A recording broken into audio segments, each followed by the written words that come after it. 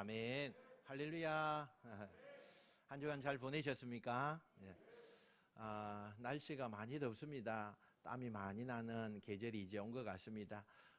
봄은 이제 조금 없어지는 것 같고 여름이 또 급히 다가온 것처럼 그렇게 느껴지는 계절 속에 여러분들 마스크 끼기가 좀 힘들 수도 있지만 여러분이 건강 잘 관리해서 그렇게 나아가시면 좋겠습니다. 우리가 이제 출애굽기 두 번째 저희들이 말씀을 살펴보고 있습니다.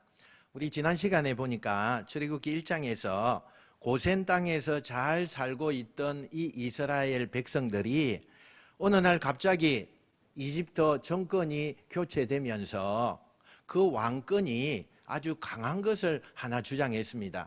그게 뭐냐?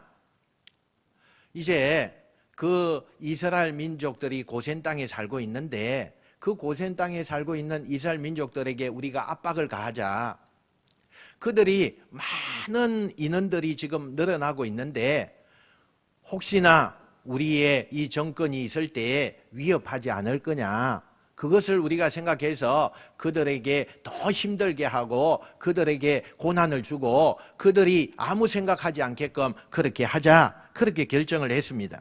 그리고는 너무 인구가 많이 늘어나니까 그 두려움을 느낀 이 왕이 갑자기 고센 땅에 살고 있는 이 이스라엘 민족들에게 아주 강한 법을 하나 가지려고 하죠.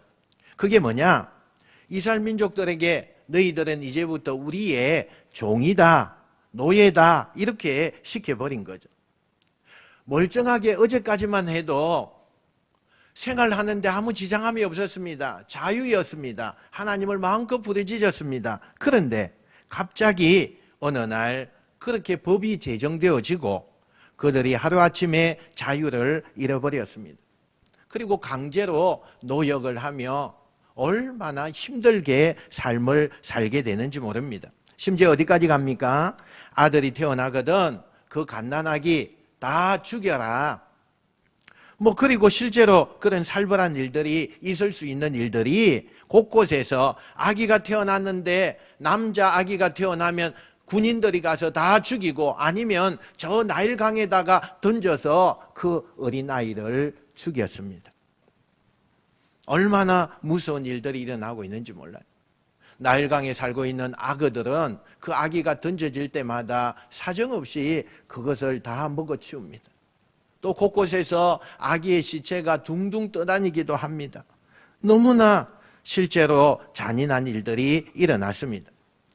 여러분, 하나님의 백성들이 이렇게 처참하게 억울한 일을 당하고 또 고통을 당하는데 하나님은 도대체 뭘 하고 계십니까? 뭘 하고 있을까요?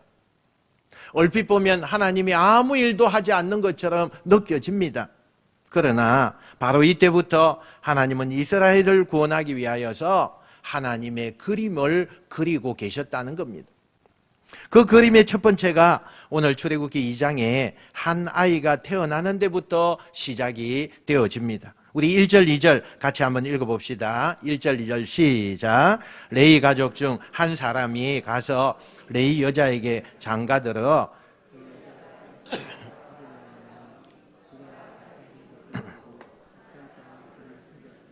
아멘.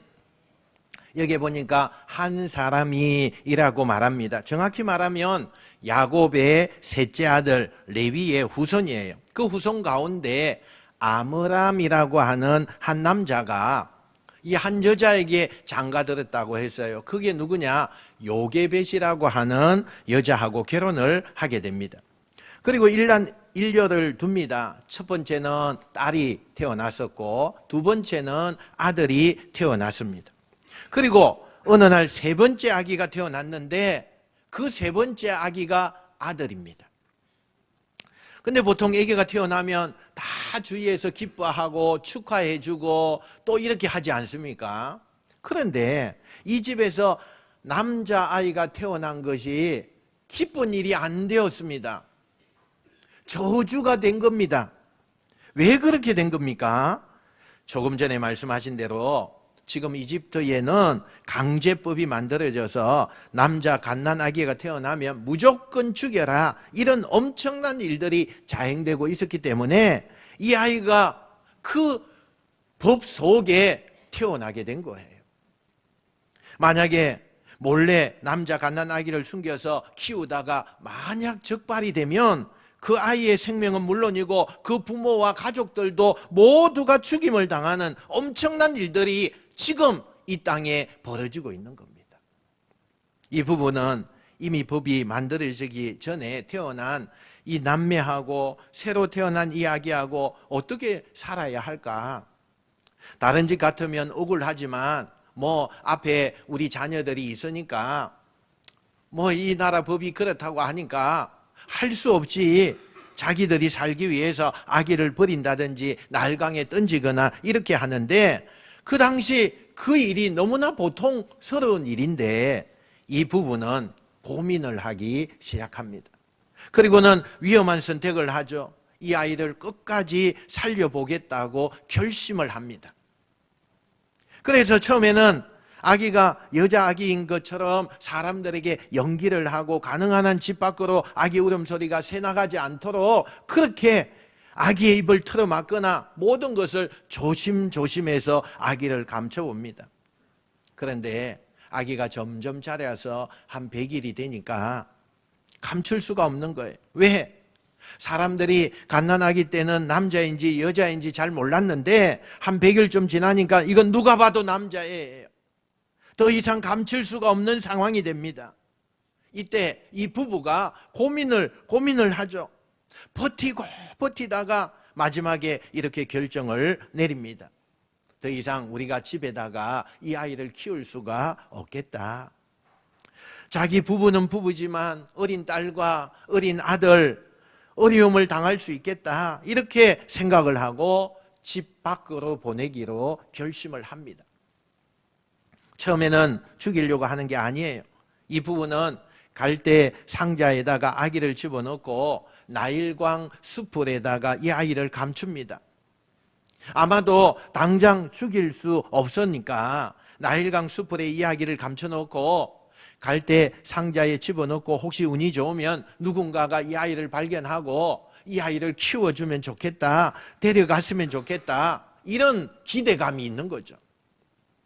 저는 이 장면에서 그 아이를 떠나보내는 엄마의 그 마음, 이 땅의 모든 부모가 다 그거 알지 않아요? 심지어 아들이 군에 가는 것만 봐도 부모가 다 울잖아요. 그렇게 애절하게 아이를 이별하면서 그래도 끝까지 다른 부모와 다르게 그 아이를 살려보려고 그렇게 몸부림쳤다는 거예요. 왜 그랬을까? 이미 두 아이가 그 가정에 있는데도 불구하고 이 아이는 모든 부모들이 그런 상황이면 아이를 버리는데 왜 이 부부는 유별하게 이 아이를 끝까지 지키고 살리려고 위험을 감수하고 있을까? 그 이유가 오늘 본문 2절 상반절에 딱 한 줄의 힌트가 나와 있어요. 우리 한번 읽어봅시다. 시작. 그 여자가 임신하여 아들을 낳으니 그가 잘생긴 것을 보고, 그랬어요. 여기에 보니까 잘생긴 것을 보고라는 이 말은 히브리어에 찾아보니까 토버라는 단어를 썼어요. 여러분, 이 토버라는 단어는 어디에 쓰였느냐 하면 우리 창세기 1장에 가보면 하나님께서 천지를 창조하게 되잖아요. 그때 하루에 그 천지를 창조하고 난 다음에 무엇을 하나 창조했어요. 빛이 있어라 그랬어요. 그러니까 빛이 있었어요. 그리고 하나님이 볼 때에 참 보기에 좋았더라. 그 보기에 좋았다고 하는 단어가 뭐냐? 토버예요, 토버. 여러분, 이 말은 무슨 얘기냐 하면 이 아기를 낳았는데 그냥 육신적으로만 모성에 이끌려서 아이고 예쁜 내 새끼 눈에 넣어도 안 아파, 이게 모든 엄마들의 마음이죠. 그런데 그걸 넘어서 이 부모는 이 아이를 단순히 육신적인 부모와 그 아이의 관계가 아니라 이 아이를 어떻게 봤다는 거예요? 믿음을 통하여서 봤다는 거예요. 다시 말하면 내가 낳았으니까 내 새끼고 내 아이야, 그런 단순한 부모의 눈이 아니라 하나님의 마음으로, 하나님이 주신 믿음으로 이 아이를 바라보게 되었다는 거예요. 내가 낳은 아이고 내 생명이고 내 거면 내가 선택도 하고 내가 버릴 수도 있지만 이 아이를 바라볼 때 그 눈이 뭐예요? 믿음의 눈으로 바라보았기 때문에 이 아이는 하나님이 주신 생명이고, 그러면 하나님께서 이 아이의 생사를 주관하실 건데 내가 버리고 내가 죽일 수 없으니 하나님 당신이 하십시오. 그런 눈으로 이 아이를 바라보았다는 거예요. 우리 모든 그리스도인들, 기독교 부모의 그러한 자녀간이 바로 이 장면에서 토보라고 하는 눈으로 우리의 자녀들을 바라보아야 돼요. 이 아이가 공부 잘한다고 못한다고, 또 다른 아이들에 비해서 모범적이다 모범적이 아니다, 이런 걸 떠나서 우리 부모들이 이 아이들을 바라볼 때에 그 눈은 하나님의 아이다. 하나님께서 이 생명을 태어나게 하셨고 하나님께서 모든 것을 만드신 분이다. 하나님의 눈으로 그 아이를 바라보면 지금 상황이 그 아이에게 어떻든 간에 하나님이 그 아이를 통해 하실 일을 기대하는 눈으로 그 자녀를 끊임없이 바라보게 되는 것, 그것이 이 땅의 부모들이 해야 할 일이라는 거예요. 내 아이가 아니고 하나님이 하실 일을 기대할 아이인데 내가 어떻게 이 아이를 버릴 수 있겠느냐. 그래서 최대한 그 아이를 키워보려고 노력하다가 더 이상 숨기고 둘 수가 없으니까 이 아이를 갈대 상자 안에다가 넣고 나일강 숯불에 감추는 거예요. 갈대 상자를 만들어서 이걸 물에 띄우면 방수가 안 되니까 금방 내려앉습니다. 그래서 역청과 송진으로 방수 처리를 합니다. 그리고 그 안에 아기를 담는 거예요. 그리고 강물에 띄워 놓으면 이 아이의 운명은 이제 내 손에서 떠나는 거 아닙니까? 그런데 이 부모의 마음은요, 이 아이를 어떻게 떠나보낼까? 나도 그냥 강물에 뛰어들고 싶은 마음이에요. 그러다가 결국은 이 아이를 강물에 띄워 놓습니다. 여러분, 성경에는 등장하지 않지만 어느 엄마가 그때 그렇게 생입을 아는 그 아기를 놓고 아무렇지도 않고 그렇게 돌아서겠습니까? 가장 절실하게 흐르는 눈물과 함께 하나님 앞에 기도했을 거 아니에요. 하나님, 이 아이 살려주세요. 이 아이 좀 살려주세요. 하나님, 이 생명 지켜주세요. 그렇게 흐느끼고 간절한 마음으로 기도했을 거 아니에요. 여러분, 우리가 언제부터인가 눈물의 기도가 없어졌어요. 자녀에게 가장 소중한 거 우리가 못해줄 수도 있어요. 그러나 우리 믿음의 아버지들이, 믿음의 어머니들이 자녀들을 두고 우는 기도가 없어졌다는 거예요.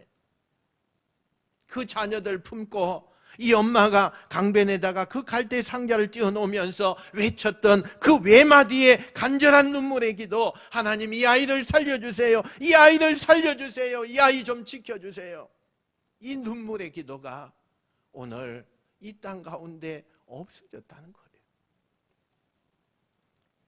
그 아이를 그렇게 떠내보내며 그 아이의 누나죠, 첫째 딸 미리암, 대략 나이가 한 10살에서 13살 정도 추정을 해봅니다. 웬만큼 상황을 아는 거예요. 어린 동생이 남자아이기 때문에 할 수 없이 이 아이를 떠나보내는구나. 그 상황을 이 딸도 알고 있어요. 그래서 미리암이라고 하는 이 딸한테 엄마가 이 갈대 상자가 어떻게 되는지 잘 지켜보고 있거라, 이렇게 얘기를 했겠죠.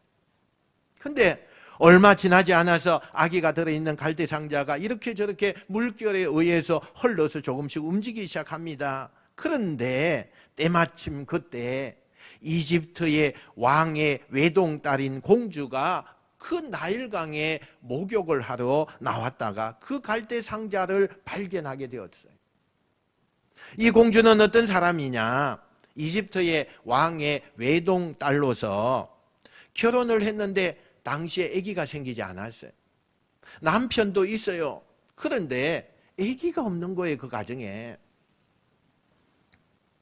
그래서 이 이집트 사람들은 자기들이 참 믿는 신에게, 나일강이 워낙 신성한 강이라고 생각을 해서 아이가 없는 그 부모들은 나일강에 와서 날마다 소원을 비는 거예요. 그리고 그 나일강에서 기도하면서 나일강이 신선하니까 자기들에게 생명을 준다고 믿었어요.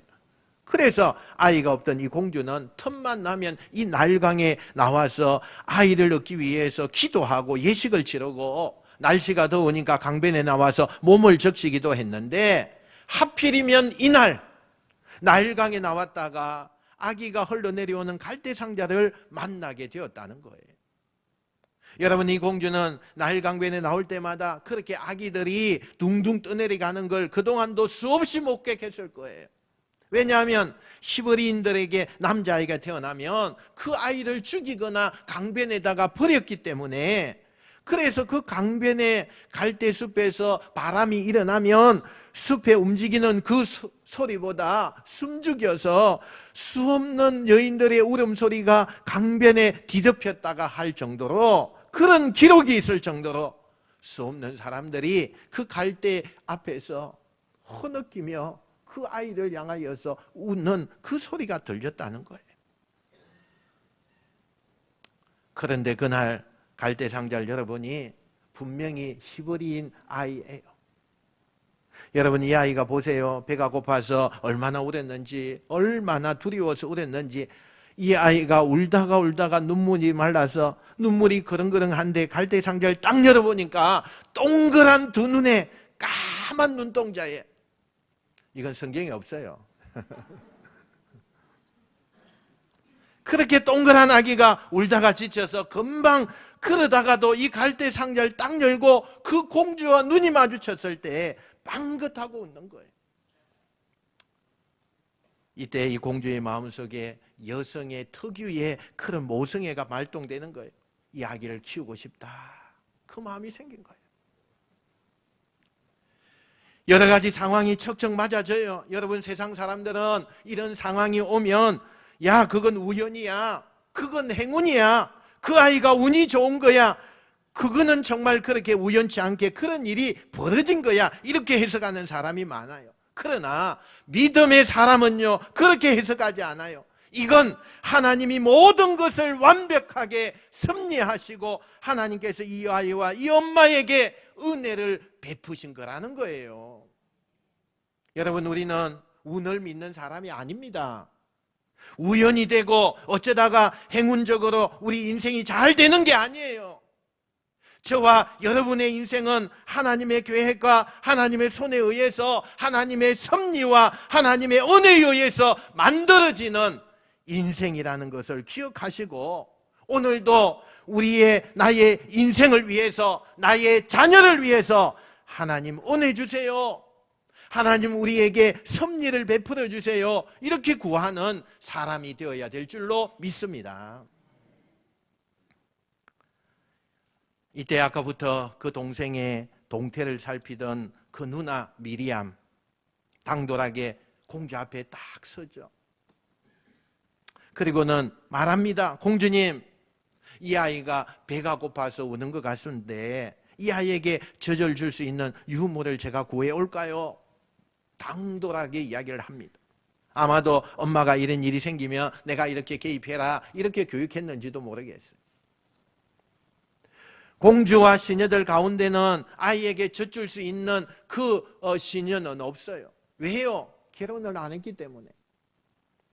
그러니까 공주가 배가 고파 지쳐있는 아기를 보면서, 그래, 이 젖을 줄 수 있는 유모가 있느냐? 그럼 빨리 데려오너라. 그러니까 미리암이 엄마 요괴뱃으로 뛰어가는 거예요. 그리고 자초지정을 설명하고, 엄마 빨리 와야 돼요, 빨리 오세요. 그리고는 엄마를 공주 앞으로 데려옵니다. 그리고 그 자리에서 아기에게 젖을 물리는 거예요.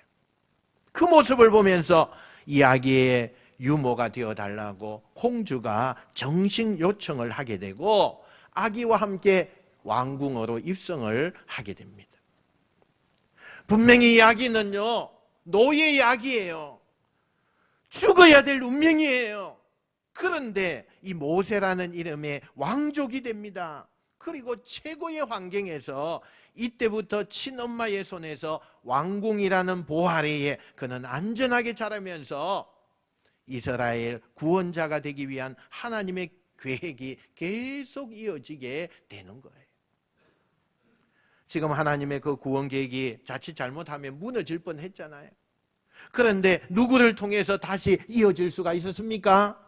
바로 연약한 아기, 믿음의 눈으로 보고 하나님이 하실 일을 기대했던 그의 부모, 두 사람이 하나님을 향한 믿음의 기대의 눈이 이 계획을 완성해 가고 있었다는 거예요. 여러분, 이 부부가 히브리 민족의 노예 아닙니까? 그렇다고 이 사람들이 무슨 나라를 구하겠다고 독립운동을 했습니까? 아니잖아요. 그저 조용히 이 아기를 숨긴 것뿐이에요. 아주 하찮은 내 아기를 지키고 싶어서 숨긴 그 일을 했을 뿐인데, 그것이 하나님의 구원사역에 끊어지지 않고 이어갈 수 있도록 쓰임을 받게 되었다는 거예요. 지금 여러분이 직장생활이든 또는 자녀들 결혼 문제든 여러분의 건강의 문제든 어떤 문제든지 간에 여러분이 판단하지 않고 이 요게벳 아므람 부부가 봤던 것처럼 하나님이 하실 거야, 하나님이 일하실 거야, 하나님이 계획하시는 일이 있을 거야, 이렇게 하나님이 하실 일을 기대하며 나의 운명과 나의 삶을 하나님 앞에 맡길 줄 알 때, 그때 하나님은 그 사람에게 기적을 이루신다는 것을 믿으시길 축원합니다. 여러분에게 여러분의 인생을 통하여 하나님이 하실 일들이 기대하는 것 이상으로 나타나게 되는 것, 그게 하나님의 뜻이에요. 노예의 자식이었던 모세가 한순간에 당당한 그러한 왕족의 일원이 됩니다. 이때부터 모세는 왕족으로서 갖춰야 할 소양, 이집트가 가지고 있는 최고의 그런 문명과 또 교육과 예술성이나 철학이나 의학이나 이런 것을 배우기 시작합니다. 그 모든 것을 왕궁 안에서 다 습득하는 거예요. 더 중요한 것은 친엄마 요게벳을 통하여서 젖을 먹이면서 자기의 자식한테 네가 비록 신부는 이집트의 왕자가 되었지만 너의 정체성은, 너의 본질은 너는 하나님의 백성이고 히브리 민족이고 이스라엘 사람이다, 너는 하나님의 백성이라는 것을 가르치는 거예요. 3살 버릇 80 가거든요. 80 가거든요. 계속 그 아이에게 젖을 먹일 때마다 하나님 이야기를 들려주고 너는 하나님의 사람이다, 너의 피에는 이스라엘 피가 흐른다, 그걸 아이에게 계속적으로 가르치는 거예요. 그렇게 이 아이가 성장하면서 이 모세는 완전히 이집트의 왕자이면서 한편으로는 완전한 이스라엘 민족으로 자라게 되는 거예요. 그러면서 아이 스스로 사람들이 자기를 왕자님 부르고 그러지만 어릴 때부터 배운 대로 자기의 정체성이 분명하니까 내가 아무리 이곳에서 왕자 소리를 듣고 아무리 내가 높은 지위를 가졌다 해도 나의 본질은 하나님의 백성이고 내 동족은 지금 노예로 있는 저렇게 고통당하는 이스라엘 민족이다, 내가 저들 위해서 뭔가를 해야 된다, 그런 마음이 나이가 먹으면서 계속적으로 드는 거예요. 저는 우리 성도들에게 지금 코로나로 힘들어하는 이 땅의 많은 그리스도인들에게 이 본문의 말씀을 가지고 우리가 환호해야 된다고 생각해요. 왜냐? 지금 하나님은 이 모세라는 아이가 최악의 조건에서도 그 아이를 보호하시고 최상의 길을 만드신 하나님의 그 역사를 보면 모세에게만 하나님이 그렇게 하는 것이 아니라 오늘 이 땅에 살아가는 하나님의 백성들에게 하나님은 여전히 동일한 하나님이시기 때문에, 하나님은 그런 분이시기 때문에 우리가 환호해야 된다는 것을 믿으시길 축원합니다. 그렇게 이 모세가 자기의 정체성을 가지고 나이를 먹어가는데 오늘 성경은 그의 나이 40이 되었을 때의 이야기를 들려줘요. 나이 40이 된 모세, 여전히 그는 모든 왕족으로서의 조건을 두루두루 갖추고 어느 날 노동력으로 착취를 당하고 있는 그 노동 행장에 동족들이 있는 곳을 지나다가 너무나 잔인하게 이스라엘 민족 백성을 괴롭히고 채찍을 가하고 개나 돼지에게도 하지 않는 그런 짓을 일삼는 너무나 못된 무지막지한 악질, 이집트 감독관을 보다 못해 모세가 그 사람을 죽이게 되죠. 아마도 모세는 그런 광경을 계속 보다가 더 이상 두고 보면 안 되겠다. 그리고 무슨 생각을 했을까요? 제 생각에는 모세가 이랬을 것 같아요. 내가 히브리 민족이니까, 이스라엘 사람이니까 내 동족을 위해서 저렇게 힘없고 저렇게 억울하게 노예 생활하고 있는 그 억압받는 내 동족을 위해서 내가 보호해 주는 것은 그건 당연한 거다. 내 동족이니까 내가 이렇게 하는 것은 의리에게도 있는 거고 또 이게 내가 할 도리다, 이렇게 생각했을 거예요. 그래서 살인이라고 생각하지 않고 너무나 무지막지하게 이스라엘 민족을 괴롭히는 그 이집트 감독관 하나를 어느 날 손보려고 하다가 그 사람이 죽어버린 거예요. 모세는요, 죄책감이 느끼지 않아요. 왜? 너무나 나쁜 놈이 죽은 거예요. 그리고 내 동족을 보호하기 위해서 나는 해야 할 일을 마땅히 한 거라고 생각을 하는 거예요. 아무튼 사람을 죽였기 때문에 아무도 안 볼 때 그의 시체를 모래에 파묻습니다. 그리고 그 다음날 아무렇지도 않게 다시 노동 현장에 나갔는데 그날 같은 이스라엘 민족끼리 또 싸움이 붙었어요. 그런데 서로 주먹을 날리고 뭘 집어 던지고 그러는데 한쪽이 일방적으로 막 때리는 거예요. 같은 민족인데. 가만히 모세가 보니까 한쪽이 분명히 잘못했어요. 그런데 이 사람이 일방적으로 막 동족을 잔인하게 괴롭히는 것을 보면서 모세가 그 싸움에 개입을 하죠. 여보시오, 이 어려운 상황에 같은 동족끼리 서로 도와야지 왜 같은 동족끼리 싸우십니까? 그리고 당신, 내가 다 보니까 당신이 100번 잘못한 건데 왜 당신이 잘못하고도 이 사람을 이렇게 괴롭힙니까? 힘이 있다고 그렇게 행하면 됩니까? 그리고 힘없는 사람을 보호하기 위해서 모세가 나섭니다. 그랬더니 흥분된 이 사람이 모세에게 대들기 시작하는 거예요. 당신이 우리의 감독관이냐? 무슨 자격으로 이게 끼어드느냐? 그러면서 충격적인 이야기를 합니다. 어제 이집트 감독관을 죽여서 시체를 몰래 파묻는 것처럼 나를 죽여서 또 그렇게 파묻으려고 하느냐? 그리고 흥분된 상태로 하면 안 되는 말을 짓거리기 시작합니다. 이때 모세가 엄청난 충격을 받아요. 첫째, 내 동족들로부터 거부당하는 거예요. 내가 이집트 감독들 죽인 거, 살인한 거 내 동족을 위해서, 보호하기 위해서 도리를 다한 거라고 생각을 했는데 같은 동족인 이스라엘 민족 백성 하나가 뭐라고 얘기해요? 너는 살인자라는 거예요. 그리고 자기를 인정해 주지 않는 거예요. 두 번째, 자기가 저지른 살인은 아무도 모른다고 생각했어요. 그래서 주위를 둘러보고 아무도 없을 때 모래에다가 파묻었어요. 그런데 이미 하루 만에 모든 사람이 다 알고 있다는 거예요. 이게 만천하에 드러난 거예요. 조만간 이것이 왕에게 알려지면 내가 어떻게 될지 알고 있었던 모세가 두려움을 가지게 됐죠. 아니나 달라요. 이집트 왕이 소식을 듣고 모세를 체포하라고 체포 명령을 내립니다. 여기서 모세가 이집트의 왕자인데 그 절대 왕자의 그 권한이 있는 그런 높은 지위의 사람인데 사람 하나 죽였다고 그게 체포 영장이 올 정도가 되겠습니까? 여러분, 이걸 이해하기 위해서는 당시 이집트 왕실의 권력 지형을 우리가 좀 알아야 돼요. 모세를 처음에 나일강변에 입양한 그 공주는 투트모세 1세라고 하는 왕의 딸입니다. 이 공주의 이름이요, hatshepsut라고 하는 공주예요. 이 공주가 모세를 입양하게 된 거죠. 그리고 결혼을 했잖아요. 남편이 있었잖아요. 아들로 그리고 입양을 하게 되는데 왜 그렇게 했을까? 이 집에 아기가 없으니까. 근데 이 아기를 입양했는데 문제가 좀 있죠.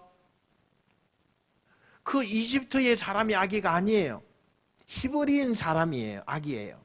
그러니까 남편이 불만이 있는 거죠. 왜? 이집트 혈통이 아닌 남의 나라 아이를 자기 자식으로 받아들여야 되느냐. 그래서 이 남편이요, 어느 날 이집트 궁녀와 이렇게 관계를 맺어서 아기를 하나 낳게 돼요. 이게 모세가 10살 때쯤 되었을 때에 또 다른 아기가 태어나요. 공주의 몸이 아닌 다른 궁녀를 통해서. 그런데요, 얘는 이집트의 사람이니까 이집트 혈통으로 되어졌다는 거예요. 그래서 모세보다 이 애가 왕이 되어야 된다는 거죠. 세월이 지나서 모세가 40살이 됐을 때쯤에 투트모세 3세가, 그러니까 이복 동생이 왕이 되는 거예요. 그런데 이 이복 동생은 어릴 때부터 자기보다 몇 살 위인 이 모세라는 형이 비록 시버린이지만 굉장히 똑똑했어요. 많은 사람들에게 칭찬을 받고 인품도 실력도 능력도 인정받는 것도 너무나 이 형이 다 받는 거예요.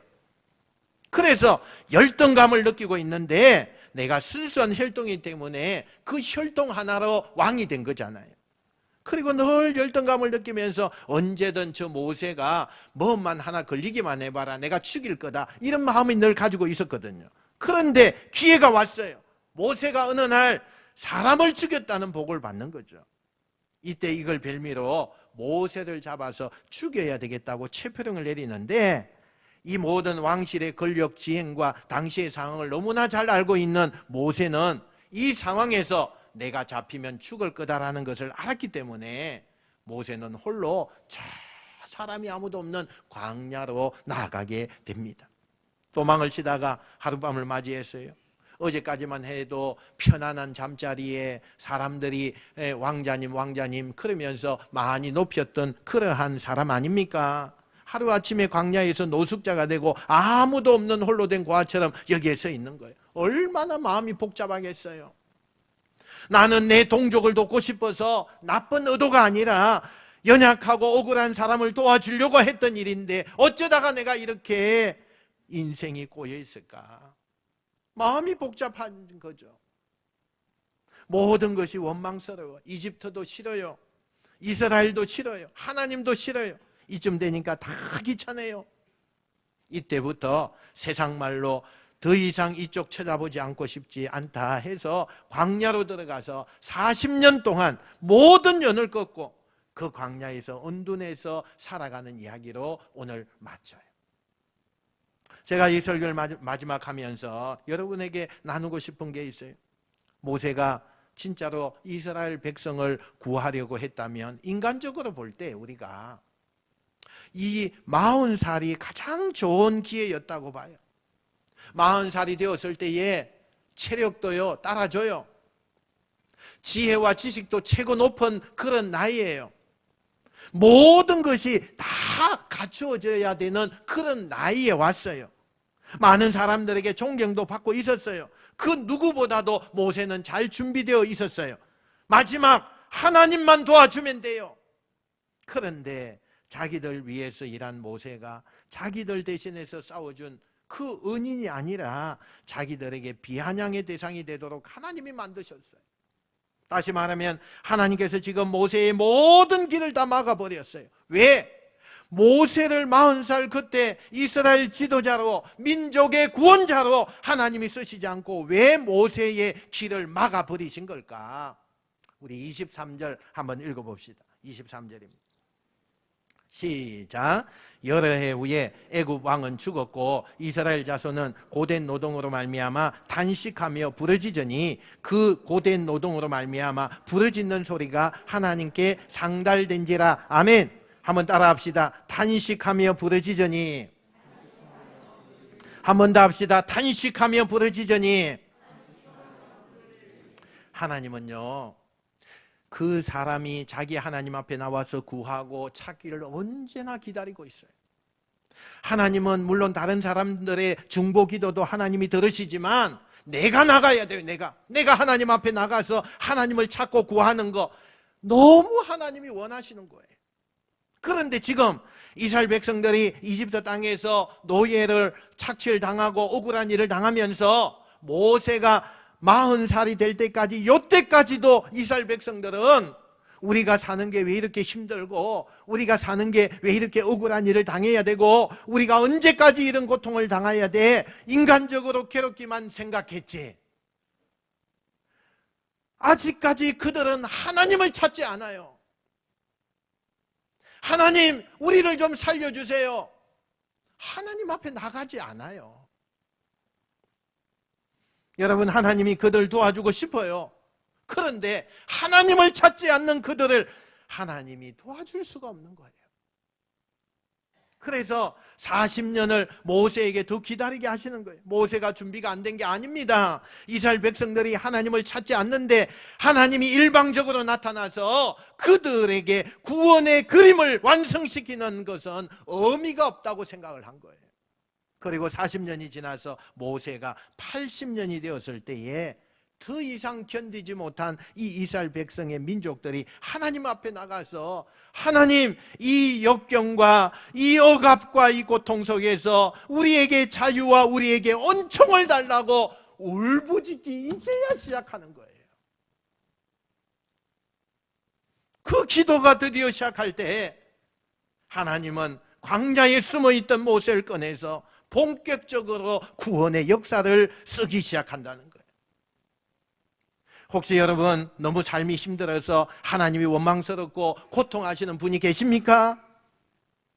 하나님이 아무것도 안 하시고 계셔서 하나님이 원망스러운 분이 계십니까? 하나님은 아무것도 안 하는 게 아니에요. 기다리고 계세요. 기다리고 계세요. 뭘요? 우리가 기도하러 나오기를 기다리고 계시는 거예요.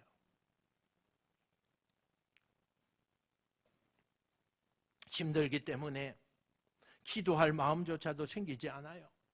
너무 힘드니까 기도가 안 나와요. 여러분, 변명입니다. 힘들어서 예배를 못 드려요. 사치예요. 여러분, 사치예요. 하나님이 우리에게 때때로 힘들고 고통과 고난을 주는 것은 하나님 좀 찾아라, 하나님 앞에 좀 나와라, 오늘 우리에게 말씀하시는 거예요. 사랑하는 성도 여러분, 때로는 고통과 쓰라림과 아픔까지도 토해내세요. 힘들면 하나님 앞에 나와서 원망하세요.